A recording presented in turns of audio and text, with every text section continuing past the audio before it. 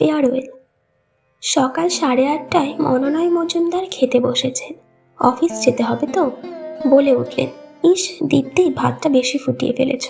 দীপ্তি, ওই দুধ দিতে এলো, কলিং বেল বেজে উঠল, দরজা খুলতে গিয়ে একটু সময় চলে গেল, সেই জন্য ভাতটা একটু বেশি ফুটে গেছে। খাওয়া সেরে পান চিবোতে চিবোতে বললেন, আমার গেঞ্জি কটা কেচে রেখে তো। একটু পরেই মনোময় ডাকছে, দীপ্তি আমার রুমাল কই। দীপ্তি, রেখে এসেছি, দেখো তোমার ব্যাগের তলায় বোধহয় চাপা পড়ে গেছে। বলতে বলতে এসে টিফিনটা হাতে ধরিয়ে দেন, নাও ব্যাগে ভরে নাও।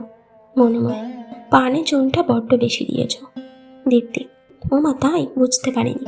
মনোময়, হ্যাঁ তুমি তো অনেক কিছুই বুঝতে পারো না, রোজ রোজ এই ভিড় ঠেলে যাওয়া। আচ্ছা ছাতাটা দিয়েছ তো। দীপ্তি, হ্যাঁ রে বাবা হ্যাঁ, আর তো কটা দিন। মনোময়, এই বালিহল্ট স্টেশনটা জবে থেকে হয়েছে, ডানকুনি লোকালের ভিড়টা গেছে বেড়ে, অসহ্য। তারপর বিকাশ ভবনের অফিসগুলো সব চলে আসাতে এখন উপচে পড়া ভিড়। ফেরার সময় তো ট্রেনে ওঠাই দেয়, আগে আমরা কত ফাঁকা ট্রেনে যাতায়াত করতাম। মনোময় বাবু সরকারি দপ্তরে বড় বাবু, আগামী 30শে নভেম্বর রিটায়ার করবেন। রোজ 9টা 10-এর ডানকুনি লোকালটা ধরেন। ফিরতে ফিরতে সেই 6:30-7টা বেজে যায়। সেদিন অফিসে কিছুজন এসে বলল, দাদা আমরা আপনাকে ফেয়ারওয়েল দেব, আমাদের ইচ্ছে ওই দিন আপনি বৌদিকে নিয়ে আসবেন। মনোময়, সে গৃহবধূ, সে কি আর আসবে। সংগঠক, না না দাদা, আপনি তাকে অবশ্যই সঙ্গে করে নিয়ে আসবেন, আপনি বললে নিশ্চয়ই আসবে। অফিসের কোনো অনুষ্ঠানে আপনি তাকে আনেননি, এরপর আর আপনিও আসবেন না। এইবার আমরা তার সঙ্গে আলাপ করব, আপনার মুখ থেকে বৌদির মুখ থেকে আপনাদের জীবনের সুখ দুঃখের কথা শুনব। সুদীর্ঘ জীবন কার অবদান কতটুকু আমাদের জানার ইচ্ছে। আপনারা যৌথ জীবন কেমন কাটালেন বৌদির মুখ থেকে শুনব। সংগঠকরা এতবার বলেছে দেখে মনোময় বললেন, বলে দেখব। সংগঠক, না না দাদা, আপনাকে ওই দিন বৌদিকে নিয়ে আসতেই হবে। 30শে নভেম্বর বিকেল 4টায় মনোময় বাবুর ফেয়ারওয়েল। তিনি সস্ত্রীক এসেছেন। মনোময় বাবুর জন্য এবং বৌদির জন্য উপহার কেনা হয়েছে। একটা করে দামি কাশ্মীরি শাল, ঘড়ি, ফুলের মালা, বোকে, মিষ্টি, কোনোটাই বাদ যায়নি। মনোময় মজুমদার যে দপ্তরে কাজ করতেন সেই দপ্তরের অফিসারকে সভাপতি করে সভার কাজ শুরু হলো। এরপর মনোময় বাবুকে মঞ্চে ডাকা হলো। দাদা একা এসেছেন দেখে অনুষ্ঠানের আহ্বায়ক বললেন, বৌদিও সঙ্গে আসুন, আমরা দুজনকে একসঙ্গে মঞ্চে দেখতে চাই। ওই সেকশনে নবনীতা উদ্বোধনী সঙ্গীত আগুনের পরশমণির ছোঁয়াও প্রাণে গাইল। এরপর সংগঠকের পক্ষ থেকে ফুলের মালা এবং বোকে, মিষ্টি দিয়ে দুজনকে বরণ করে নেওয়া হলো। সভাপতি বক্তৃতা করলেন, বললেন, আজকের সমাজে বয়োজ্যেষ্ঠদের সম্মান জানানোর ব্যবস্থা প্রায় উঠেই গেছে। আমি মনে করি বয়োজ্যেষ্ঠদের সম্মান জানিয়ে আমরা নিজেরা সম্মানিত হই।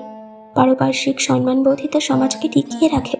এতদিন মনোময় বাবু আমাদের মধ্যে তার কর্মময় জীবন কাটিয়েছে। সরকারি নিয়ম অনুযায়ী আমাদের তাকে বিদায় জানাতে ইচ্ছে। আমরা চাই বাকি জীবনটা উনি সুস্থ শরীরে থাকুন এবং আনন্দে থাকুন। এই বলে সভাপতি সকলকে ধন্যবাদ জানিয়ে বক্তব্য শেষ করলেন। সঞ্চালক বললেন, এখন মনোময় বাবু কিছু বলবেন, আসুন দাদা আপনি মাইক্রোফোনের সামনে আসুন। আপনার জীবনে কার বা কাঁদের অবদান ছিল আজ আপনার মুখ থেকে পুরনো দিনের কথা শুনুন। যাদের সঙ্গে সারা জীবন কাটালেন তাদের সম্পর্কে কিছু বলুন। মনোময় বাবু কোন স্কুলে পড়েছেন, বাবা কত রাগী ছিলেন, যার ফলে তার প্রখর সময় জ্ঞান তৈরি হয়েছিল বললেন। মা বাবা সমেত 4 ভাই বোনের সংসারে কত পরিশ্রম করে নিজের পায়ে দাঁড়াতে হয়েছে বললেন। সহকর্মীদের কয়েকজনের কথা বললেন।